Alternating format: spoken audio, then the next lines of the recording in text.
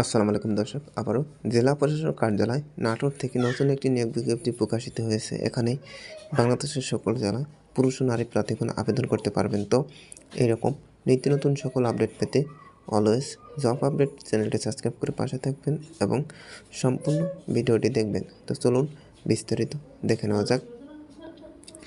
এখানে স্থায়ী সরকার, পল্লী উন্নয়ন ও সমবায় মন্ত্রণালয়, স্থায়ী সরকার বিভাগ, জেলা পরিষদ শাখা, বাংলাদেশ সচিবালয়, ঢাকা 24 নভেম্বর 2024 তারিখে এত নং সংখ্যক স্মারকে ছাড়পত্র মোতাবেক নাটোর জেলা পরিষদের হিসাবরক্ষক একটি, অফিস সহকারী কাম কম্পিউটার মুদ্রাক্ষরিক একটি, ডুপ্লিকেটিং মেশিন অপারেটর কাম দপ্তরি একটি, অফিস সহায়ক 3টি এবং পরিচ্ছন্নতা কর্মী একটি, মোট 60টি শূন্য পদে নিয়োগের নিমিত্ত বাংলাদেশের প্রকৃত নাগরিকদের নিকট হতে নিম্নবর্ণিত শর্ত সাপেক্ষে পূর্ণ দরখাস্ত আহ্বান করা যাচ্ছে।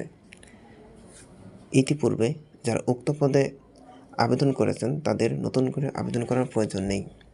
এখানে কর্মিক নম্বর 1-এ রয়েছে পদের নাম হিসাবরক্ষক, বেতন স্কেল 11,000 টাকা থেকে 26,590 টাকা, যার পদ সংখ্যা রয়েছে একটি। এই পদের জন্য শিক্ষাগত যোগ্যতা প্রয়োজন পড়বে।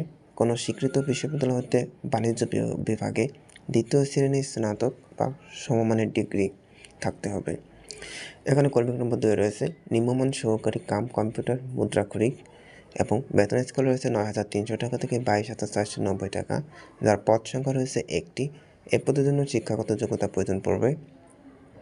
উচ্চ মাধ্যমিক সার্টিফিকেট অথবা সমমানের শিক্ষাগত যোগ্যতা থাকতে হবে। কম্পিউটার MS অফিসে কাজ করার দক্ষতা থাকতে হবে। কম্পিউটার মুদ্রাক্ষরে সর্বনিম্ন গতি মিনিটে ইংরেজিতে 40 শব্দ এবং বাংলায় 30 শব্দ থাকতে হবে। এখানে কর্মিক নম্বর 3-এ রয়েছে ডুপ্লিকেটিং মেশিন অপারেটর কাম দপ্তরি, যার বেতন স্কেল থাকবে 8,250 টাকা থেকে 20,010 টাকা, যার পদ সংখ্যা রয়েছে একটি। এ পদের জন্য শিক্ষাগত যোগ্যতা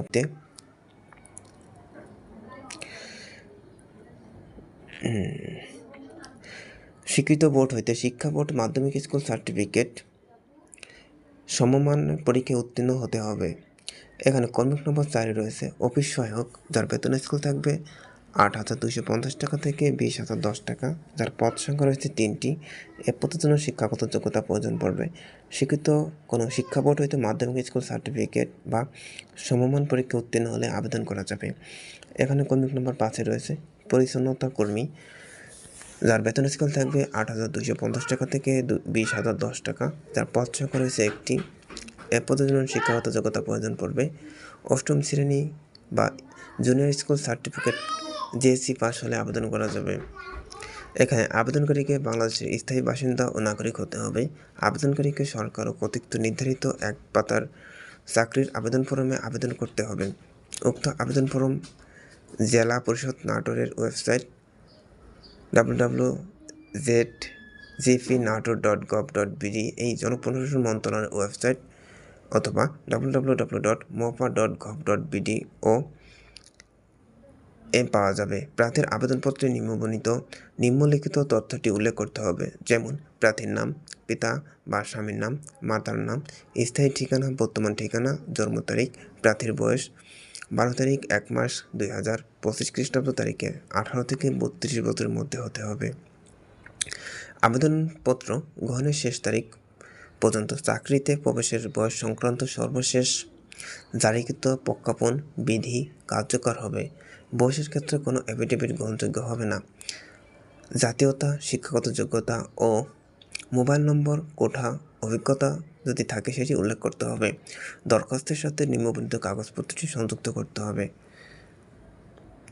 প্রথম শ্রেণী গেজেটেড কর্মকর্তা কর্তৃক সত্যায়িত সকল পরীক্ষা সনদের ফটোকপি এবং আবেদনপত্রের সাথে 200 টাকার মূল্যের ব্যাংক ড্রাফট পে অর্ডার প্রধান নির্বাহী কর্মকর্তা জেলা পরিষদ নাটোরের অনুকূলে জমা দিতে হবে। যোগাযোগের ঠিকানা সহ লিখিত ফেরত খাম 9:50 × 4:50 এবং 10 টাকার ডাক টিকিট সংযুক্ত করতে হবে। খামের উপর পদের নাম উল্লেখপূর্বক সরকার কর্তৃক চাকরিতে নির্ধারিত আবেদন ফরম প্রধান নির্বাহী কর্মকর্তা জেলা পরিষদ নাটোর বরাবর আগামী 12 তারিখ 1 মাস 2025 খ্রিস্টাব্দ তারিখ অফিস চলাকালীন সময়ের মধ্যে ডাকযোগে পৌঁছাতে হবে। সরাসরি কোনো আবেদন গ্রহণ করা হবে না। নির্ধারিত তারিখের পর প্রাপ্ত আবেদন গ্রহণযোগ্য হবে না এবং মুক্তিযোদ্ধা, শহীদ মুক্তিযোদ্ধা ও বীরাঙ্গনার প্রমাণক হিসেবে সরকারের সর্বশেষ নির্দেশনা মোতাবেক উপযুক্ত কর্তৃপক্ষ কর্তৃক প্রদত্ত সনদ থাকতে হবে। মুক্তিযোদ্ধা, শহীদ মুক্তিযোদ্ধা ও বীরাঙ্গনার সন্তানদের এবং মুক্তিযোদ্ধার সঙ্গে আবেদনকারীর সম্পর্ক উল্লেখপূর্বক সংশ্লিষ্ট ইউনিয়ন পরিষদের chairman, city corporation, word council, পৌরসভা, মেয়র, প্রশাসক, পৌরসভা কাউন্সিল কর্তৃক সার্টিফিকেট থাকতে হবে।